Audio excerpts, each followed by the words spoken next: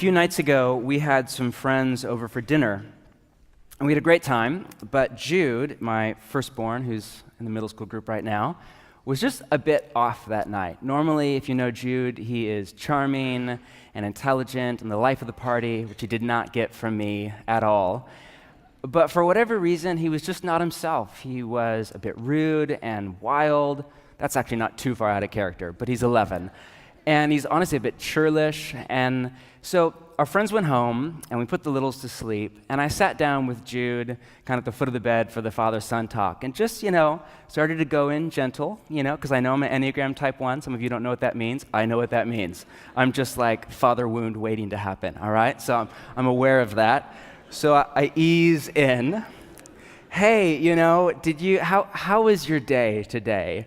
Did anything bad happen at school today? And he's in that pre-teenager phase. So his language devolved a few months ago to yes, no, or a grunt. And so no. And we have a great relationship, but it was not obvious at that moment. Okay, are you doing okay? Yes. Anything you want to talk about? Okay.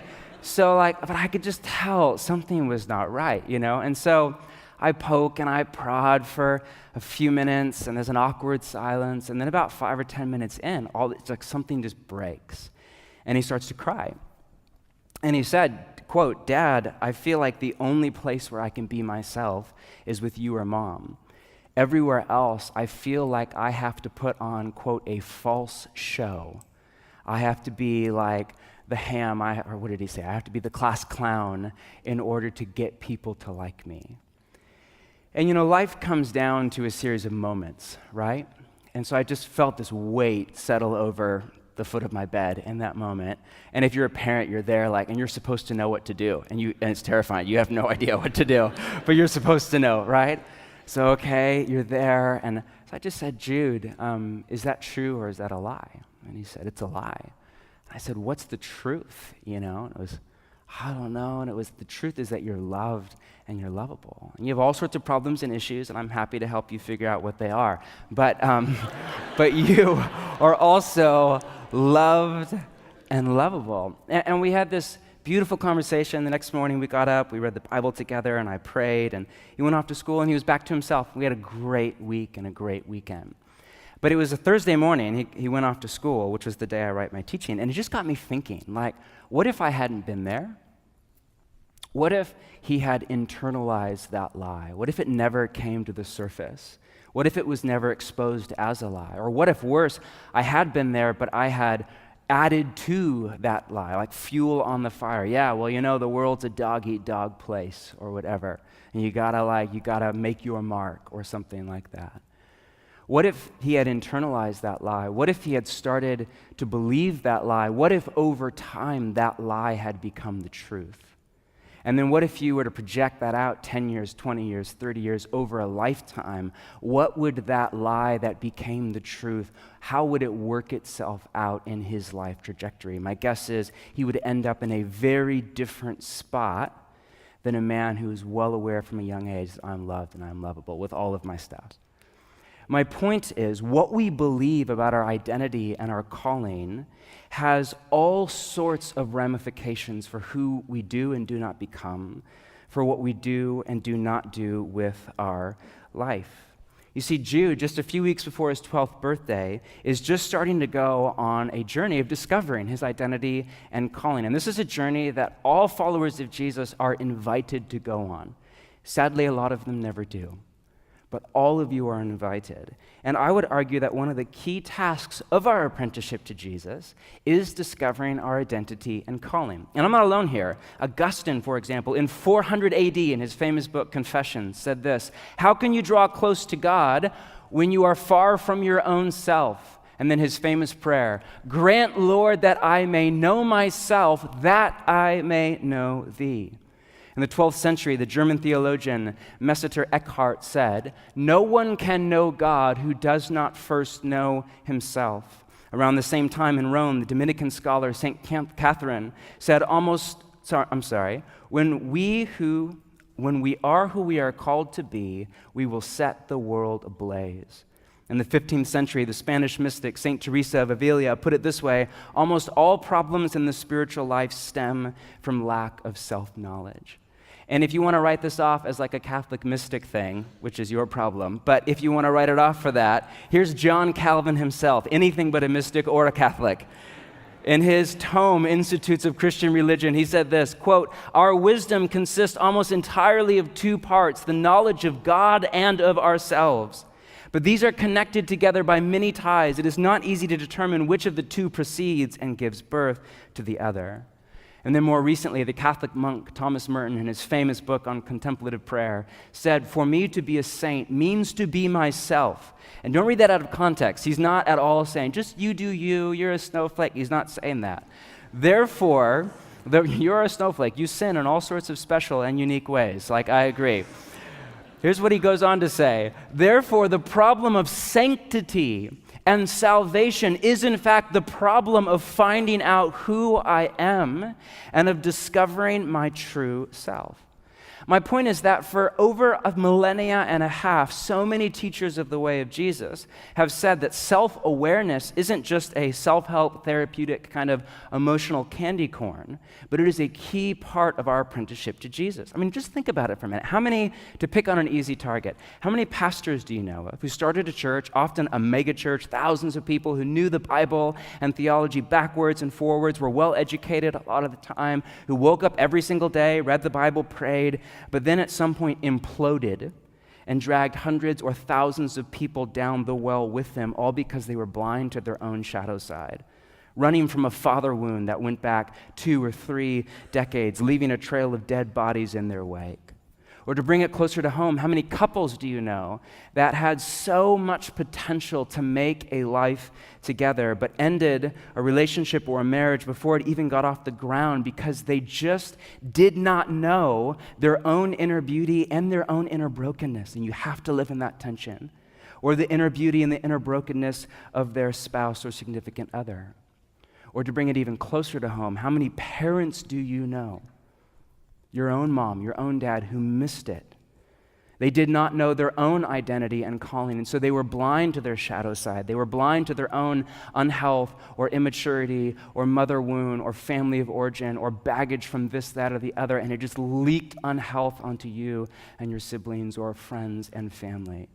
Or they did not know a child's identity or a child's calling, and so they ended up forcing you or whoever into clothes that you were never meant to wear, and it was a straitjacket, and it was suffocating, and you got out the second you turned whatever, you were gone, and what could have been never was.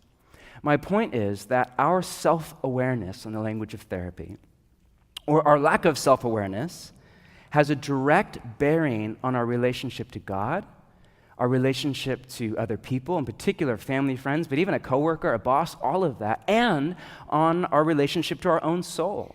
I can't think of a better summary of the why behind this practice than from Pete Scazzero. He writes this: "The vast majority of us go to our graves without knowing who we are." Let's think about that for a minute. The vast majority of us go to our graves without knowing who we are. We unconsciously live somebody else's life, or at least someone else's expectations for us. This does violence to ourselves, our relationship with God, and ultimately to others. So this isn't just about self-awareness, it's about spiritual formation. Because when I go on the journey of self-discovery, a good bit of what I discover about myself is brokenness, not just beauty, right? It's a both and. Like, I am a snowflake, I sin in all sorts of ways that are creative. And wow, we've never thought of that one before. And at the same time, there's an inner beauty to me and to every one of you in the room. And so as we become self-aware, we become aware of the good and the bad and even the ugly in our own soul. The places where we are deeply wounded and in need of healing. The places where we're not wounded at all, we're just kind of messed up, and we're a bit of a jerk and need to get free and grow up and mature. But this is why so many people never go on the journey of self-discovery. It's too much work, it's too scary, they don't feel safe in the love of the Father, because you ironically have to feel safe in the love of the Father and ideally of the family in order to face your own shadow side, to have the courage to stand up knowing I'm loved and I'm loved into someone and something better than I am now. And so instead, people just live stuck in the loop of unhealthy or even toxic patterns. But facing your shadow side, as we'll call it in a few weeks, is just the beginning of change and healing and freedom and growth and maturity, or what is called spiritual formation, where you are formed to be more like Jesus. And the beauty of spiritual formation, or if you just want to call it following Jesus, is that as you become more like Jesus, as you apprentice under Jesus, and a year goes by, a decade goes by, and you think of our spiritual formation paradigm, you put your life before teaching and practice and community and the Holy Spirit.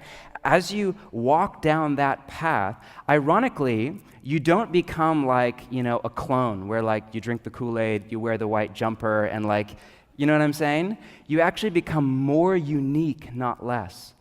Right? You actually become more your real true self. You stop getting sucked into the stereotypes of our city, which is everybody has to be unique, which means nobody is really unique because we all have weird hair and we all have tattoos and piercings and like, we're so unique. Yeah, but when everybody's unique, nobody's unique, right? You just get sucked in to the same advertisement. But actually, as you follow Jesus, as you become more like Jesus, you become more your real true self, the best version of who God thought you up to be. As you become more Jesus-ier, you become more you-ier. I know that's not a word, all you educators in the room, I'm sorry, but whatever, I graduated. It's all over now, right? Now, some of you think, all right, so I don't know, I'm a bit of a skeptic. Where are you getting all of this from? I promise from Jesus. Please turn in your Bibles to Matthew chapter 3. We'll start here. I just want to show you a story or two or three. First, let's start off with Jesus himself in Matthew chapter 3. Take a look at a well-known story in verse 13. Then Jesus came from Galilee to the Jordan to be baptized by John. But John tried to deter him, saying, I need to be baptized by you, and do you come to me? Jesus replied, let it be so now. It is proper for us to do this to fulfill all righteousness. Then John said, well, that sounds okay, whatever you said. As soon as Jesus was baptized, he went up out of the water. At that moment, heaven was open, and he saw the Spirit of God descending like a dove and alighting on him, 17, and a voice from heaven said, this is my Son whom I love. With him I am well pleased.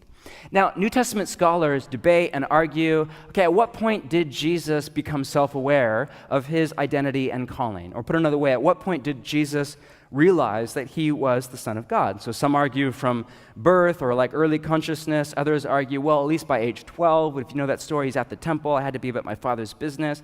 But quite a few actually argue right here. Either way, this is a key moment in Jesus' journey of self-discovery. Heaven was open, like literally rent in the sky, and then the voice, this is my Son whom I love, with him I am well pleased. Now, we read that thousands of years later, post-Nicene Creed, if you know what that is, and the way that Greek philosophy and metaphysics has shaped the way we think about theology, and that's all fine. And so we read that in like an ontological God is the Father, Jesus is the Son. Great.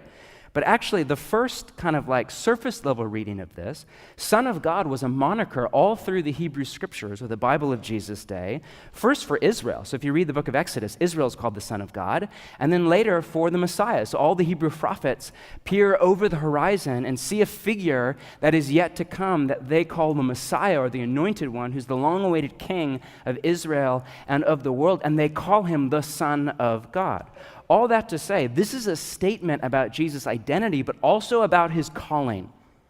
And notice how the two are joined at the hip. So we live in this fascinating cultural moment where all our culture wants to talk about is what you do, right? And your character doesn't really matter all that much. As long as you make money, or you contribute to the bottom line, or you're famous, or you have followers on Instagram, or six-pack abs, or whatever it is that I don't have. That.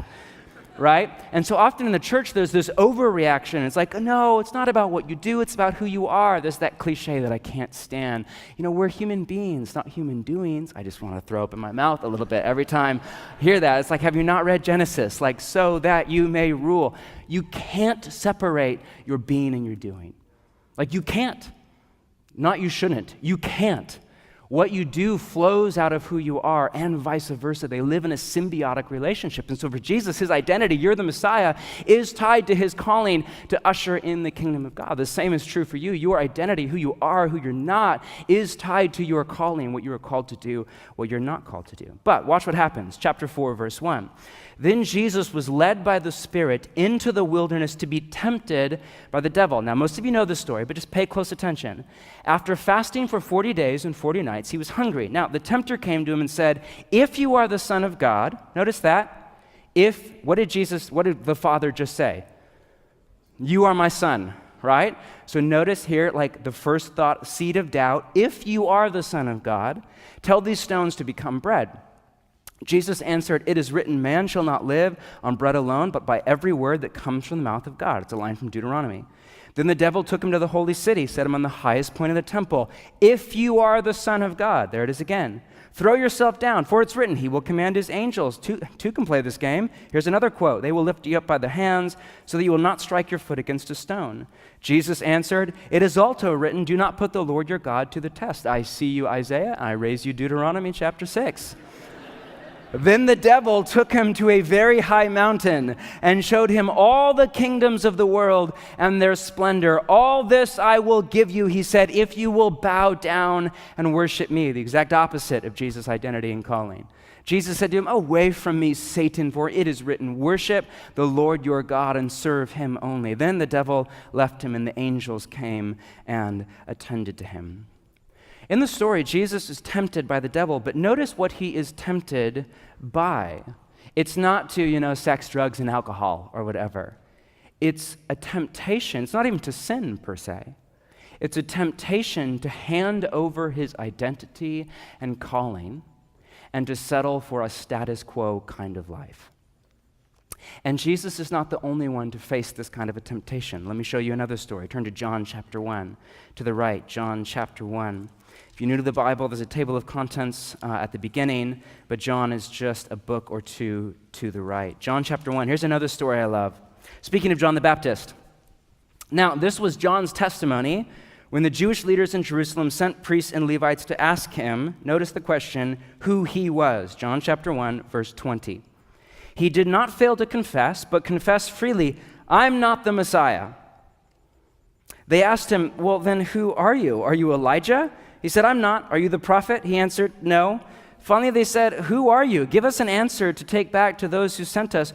What do you say about yourself?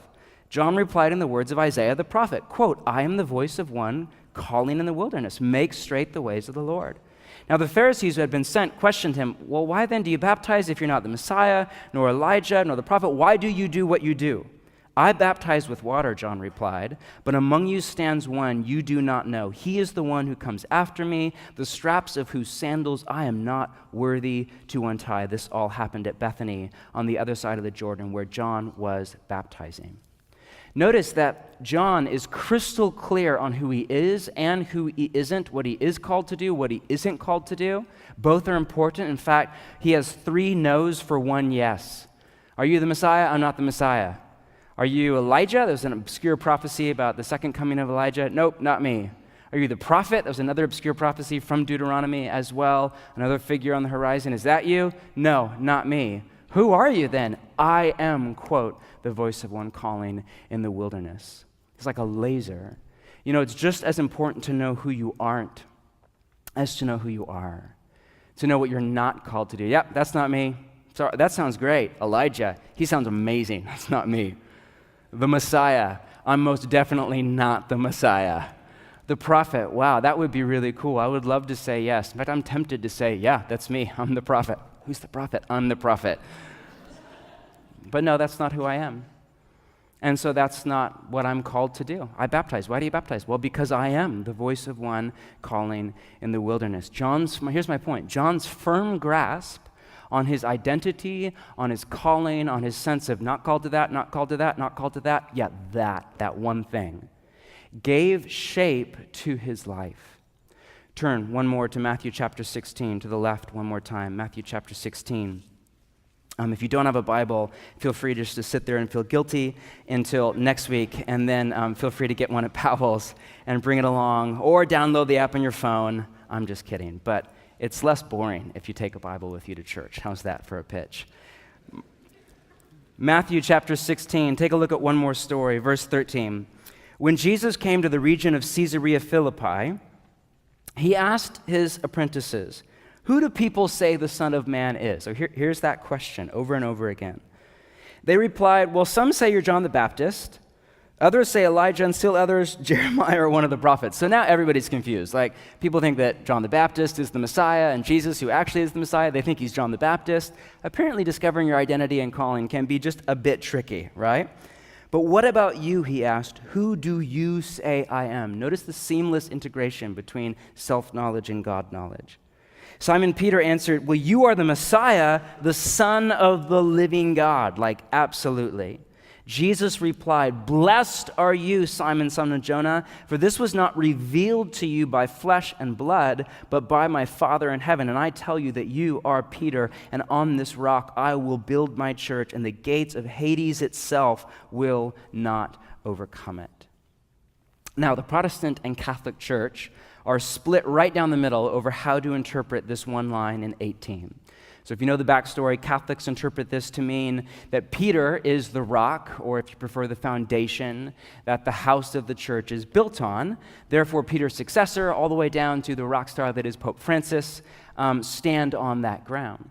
And then Protestants argue, no, that's not at all what Jesus is saying. It's what Peter said, that Jesus is the Messiah and the Son of the living God. That, Jesus himself, that is the rock, that is the foundation that the church is built on. Now, obviously, I lean toward the second half of that debate, but what's easy to miss in all of the back and forth, oh, I'm so sorry.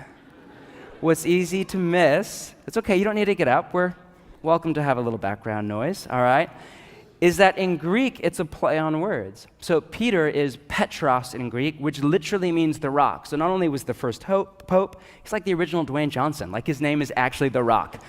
Like, it's like an added name, fake name later. Like, his name was actually, he was born with the name. What's your name? The Rock. Oh, wow, okay. Are you human? I don't even think you're human. And you don't age, and you just keep getting stronger. It's so weird. And then rock is the exact same word. So in Greek, it's you are Petros, and on this Petra, I will build my church. It's a play on words. Now, all that to say, whoever's right about the debate, this at its core is a story about Peter discovering his identity and calling. And from here on out, if you know Peter's story, it gave shape to his life.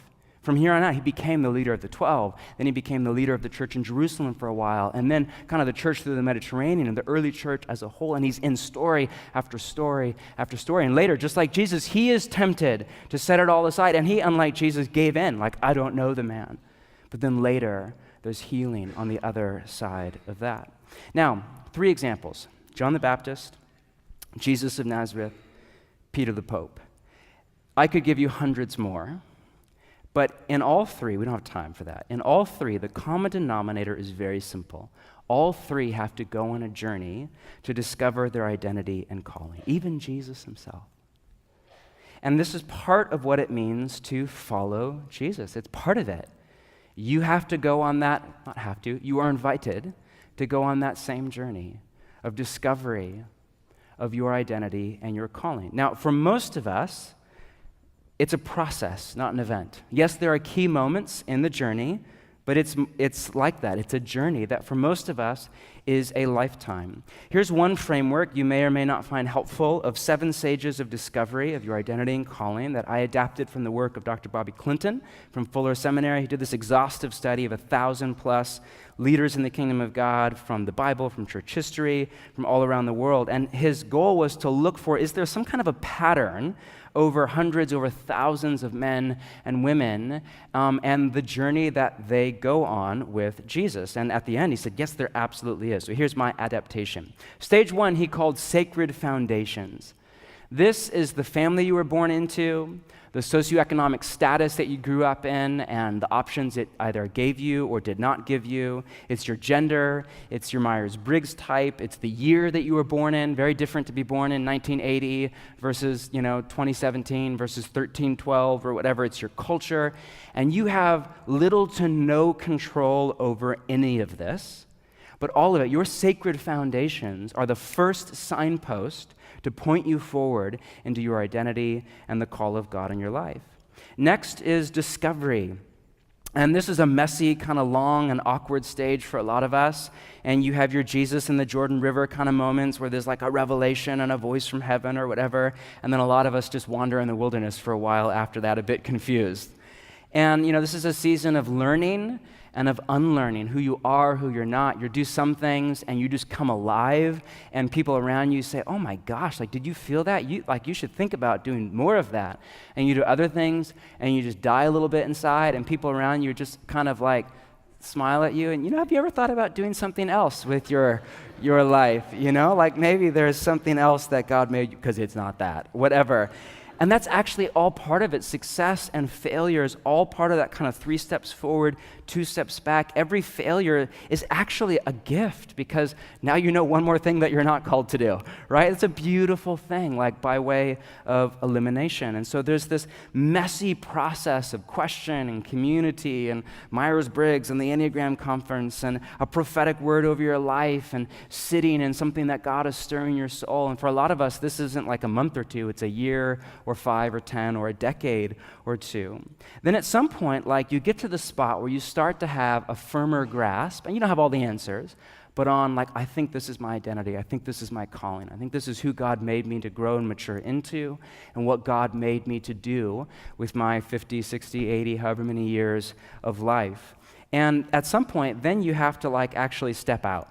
You have to go for it. You have to enroll in the program or start the business or register the domain name or plant the church or ask her out. Just start there, okay? Whatever it is, or have a child or make the record or whatever your thing is. And then comes stage 4, which is getting good. So Malcolm Gladwell, of course, made this famous, the Vienna study, one of many studies that all make the exact same point, that it takes right around 10,000 hours to get really good at anything. Now, for most of us, if you work at a craft of some kind for 40 or so hours a week, that's about a decade of your life. So just think about that. If you start at, 25 or something like that, it's not until you're 35 that you actually start to get really good at whatever your craft is. If it's marketing or sales or engineering or parenting or teaching the Bible or whatever, some of you, there's a reason that there's nobody that was around when I was preaching the Bible at first. Like, none of them are still here. They all left because it was so bad. You have no idea, right? All of us, it takes time. It's one of the frustrating things about parenting is right when you're starting to get the hang of it, your kids all turn 18 and go away to college, and it's too late, and you've just damaged them for the rest of their life. And your only hope is grandkids at that point, right? Oh my gosh, that's a whole other teaching series. Then at some point in there, you hit what a lot of people call the wall. And this isn't a stage. It's because it can happen at any point in the journey. And for most of us, it happens more than once. In fact, if you're really serious about apprenticeship to Jesus, you might hit it 2, 3, 4, 5 times in your life. It's some kind of a crisis, what St. John called the dark night of the soul, where your identity and calling is tested, but in that moment, it is refined. It is a moment of truth where you divide in your autobiography. From there on out, you define your life by the before and after category. And a lot of people tragically never make it past the wall. Like, I don't know what the percentage is, but a lot of people hit that wall and go back to the status quo, give up on the dream, never go for it. But if you hang with God through it, if you don't give up, even in the doubt, even in the darkness, even in the confusion, even in the where is God, and I feel so alone right now, and this is actually part of the journey. It's actually not about God's absence. It's actually about God's presence, even if he feels a million miles away. And if you hang in there with God and you come out the other side, you come out changed from the core of your being out. You come a little bit beat up, but yet at the same time made whole at a soul level. You come out like pretty humbled and often a little bit embarrassed even, because there's a failure here, there was nothing to brag about there, but yet at the same time there's a new freedom that comes to you, not just an outer freedom, we all have that, but an inner freedom, a deep sense of joy and contentment and confidence in your life with God. And this is a beautiful moment. Again, this is not a stage. It can come at any point in your journey, from 15 years old to 55 years old, and it will come for most of us more than once. I've been through at least 2, if not 3, in my life, and each one was brutal and gut-wrenching, and I would never have signed up for it. And now, in hindsight, I thank God for each and every one. because I came out the other side deeply changed, deeply set right at a core level. Still a long ways to go, as is obvious. Listen to me talk for more than 5 minutes. Still a long ways to go, but I would not trade it for the world. That said, the next stage is staying faithful and fruitful. It's a very different stage from, say, discovery or stepping out when you're, 20-something or whatever. Staying faithful or fruitful, the odds are you're more like in your 30s or 40s or 50s, and it's a very different emotional posture. The kind of idealism of youth, which is a great thing, enjoy it while it lasts. It won't last long. It has there's that cynic, I'm sorry, see, I'm in process. It has worn off. You're dealing with one of the key tasks of apprenticeship to Jesus in your midlife years, and that is dealing with disappointment. The odds are that you're tired. If you have a family, you're raising children, you're paying the mortgage, you're into your career 10, 20 years, and it's great, but like the honeymoon period is over. If you're single, you're dealing with that and loneliness and whatever else comes with it and all the good. But actually, this stage, which for a lot of us is the longest stage of our life, can actually be the best, some of the best years of your life, for sure some of the most fruitful years of your life. Remember that we live in an ageist society that's all about the idealization of youth, in particular because we've limited human beings to an animal. And so everything that is human is, your six-pack ab or your looks or your full head of hair or whatever. And so once the abs go away and the hair goes with it, or whatever your story, some of you are like, never, it's going to happen. Trust me, the odds are not in your favor, all right? But at some point, so we idolize youth, but we forget that's the metric system of the United States of America and the Western capitalistic, materialistic world. That's not the metric system of the kingdom of God. And if you set your metrics for success, not by whatever magazine you subscribe to or whatever Instagram feed you have, but you set your metrics for success by the way and the teachings of Jesus of Nazareth, which is so life-giving. Talk about a breath of fresh air. It's a whole other metric system. It's a whole other value system. And by the value system of the kingdom of God, your 30s will be more fruitful than your 20s, your 40s will be more fruitful than your 30s, your 50s will be more fruitful than your, I'm bad at math, 40s, and so on and so forth, more and more and more fruitfulness. I read Psalm 92 with my kids last night, the psalm for the Sabbath day. You will be like a palm tree, bearing fruit even in old age. The palm tree, one of the few trees in the world that never stops bearing fruit, that actually bears more the older it gets. That is the word picture in Psalm 92 for the life of a follower of Jesus. This is God's will for your life, that you bear much fruit. And your best years, not by the metric system of the six-pack abs or whatever, your best years by the metric system of the kingdom of God, if you're 20, are far ahead of you. But it takes faithfulness. Without no faithfulness, there is no fruitfulness. And because so few of us are willing to go down the path of faithfulness, we never experience the fruitfulness that God has waiting for us. Now, if you make it past that stage, and sadly a lot of people don't, then the next stage is ending well. I'm not here yet, but it's just starting to come on my radar, just way down there. But it's interesting, you watch so many people start really well and then end in disaster. The Bible is full of examples. Of course, King Saul is the classic example in the Bible. So is the weekly news, literally every single weekly news cycle, from Harvey Weinstein in Hollywood to Suu Kyi right now in Myanmar. It doesn't matter how well you started. If you're a full-on Nobel Peace Prize winner, if you don't end well, it feels to you and to many others like a failure overall. In the end, your character is destiny. You cannot outrun your character for better or for worse. And so ending well is actually really hard to do. Dr. Clinton made the point, he actually worked out the math and said that 30% of the characters in the Bible end well. That's all, 30%. So few people end well, whether it's a marriage or a family or a career or a ministry or a calling. So few people make it. All of you can, but not a lot of people do. And then finally, if you make it all the way to the end, there's what Dr. Clinton called afterglow. And this is, like he said, very few people ever get here, but again, all of you can get here. This is like the elderly grandma or grandpa who just like isn't grouchy and weird and like, but actually everybody wants to be around her or him, and everybody's asking for advice and, hey grandpa, what would you do about this? And you're just living, you don't have to do anything at this point. You're just living in the afterglow of like, I put in 80 long, hard years. Now I'm just gonna like watch TV and hang out with my great-grandkid. I can't remember his name, but it's going to be great, right?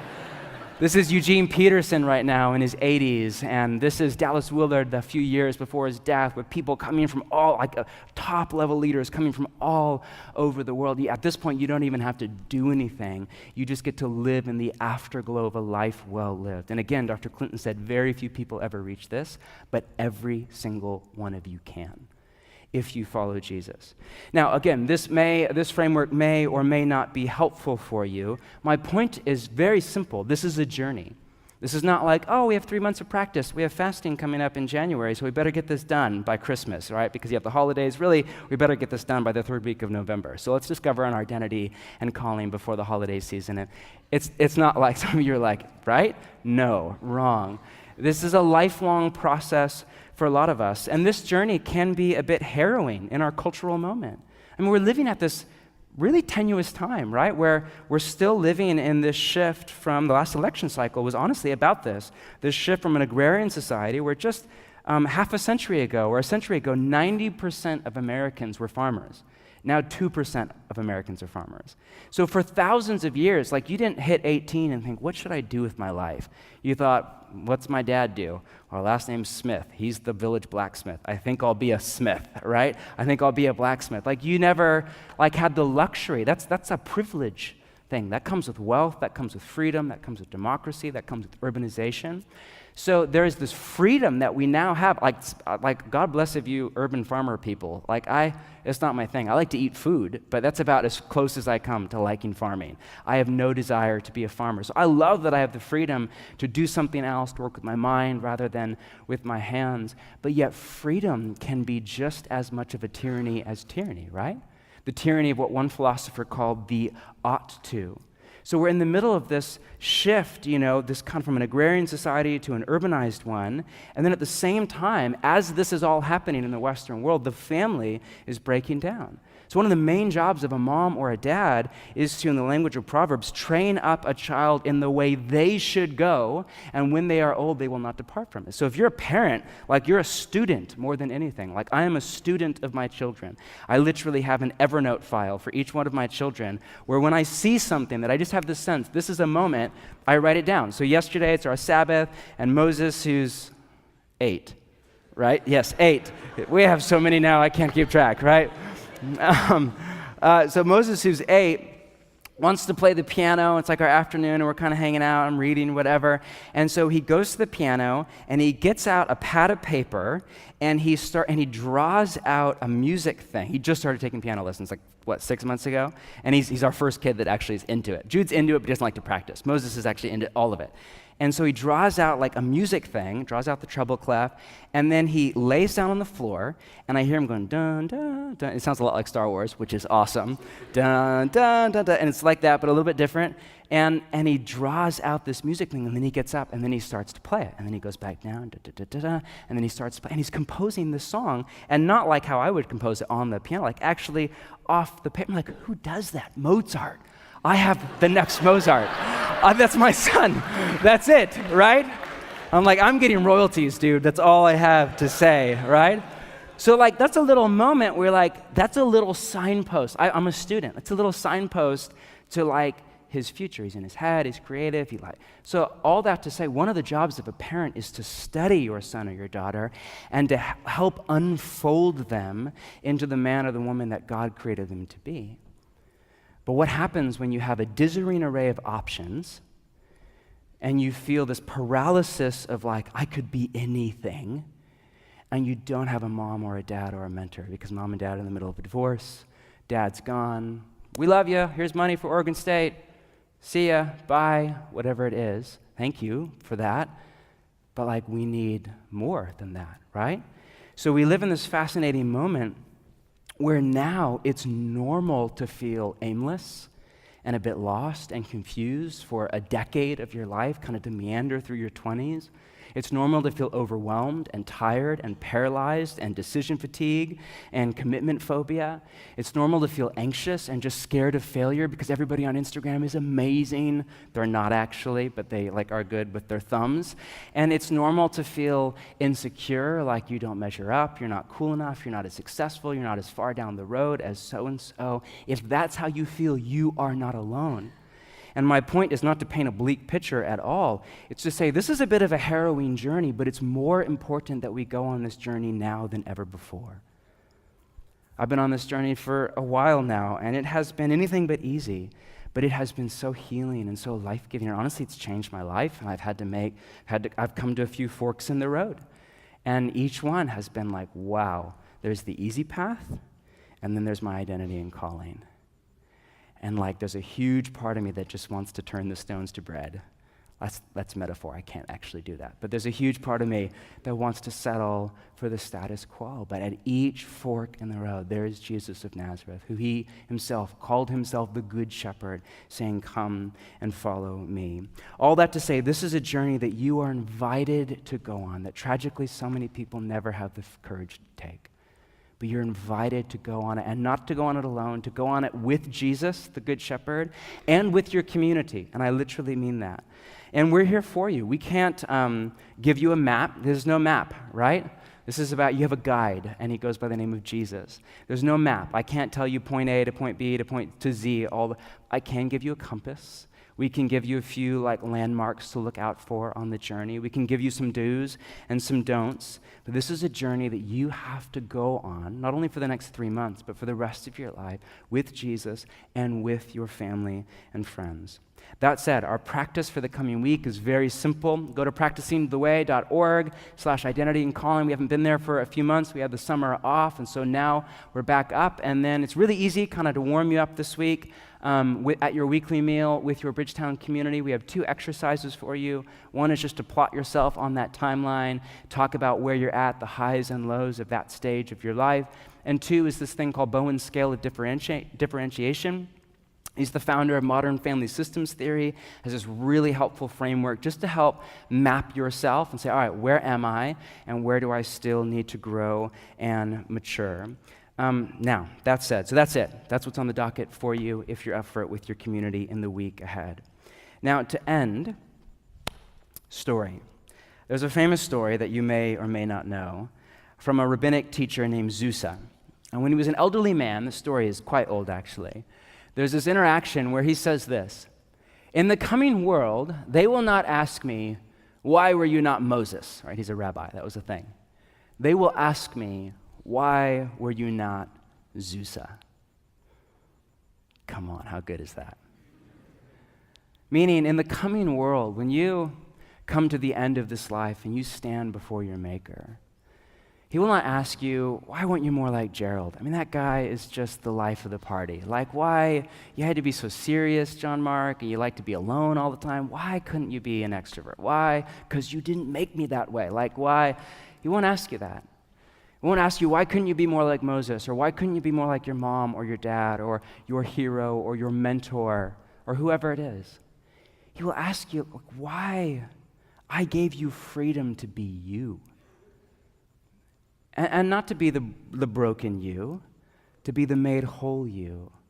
I gave you an invitation to follow me, to become the best version of yourself, to become more like Jesus, and in doing so to become the man or the woman or the child that I had in mind when I thought you into existence, because you are, in the language of Psalm 139, fearfully and wonderfully made. You're not an accident. Some of you think that you're an accident because your parents think you are an accident.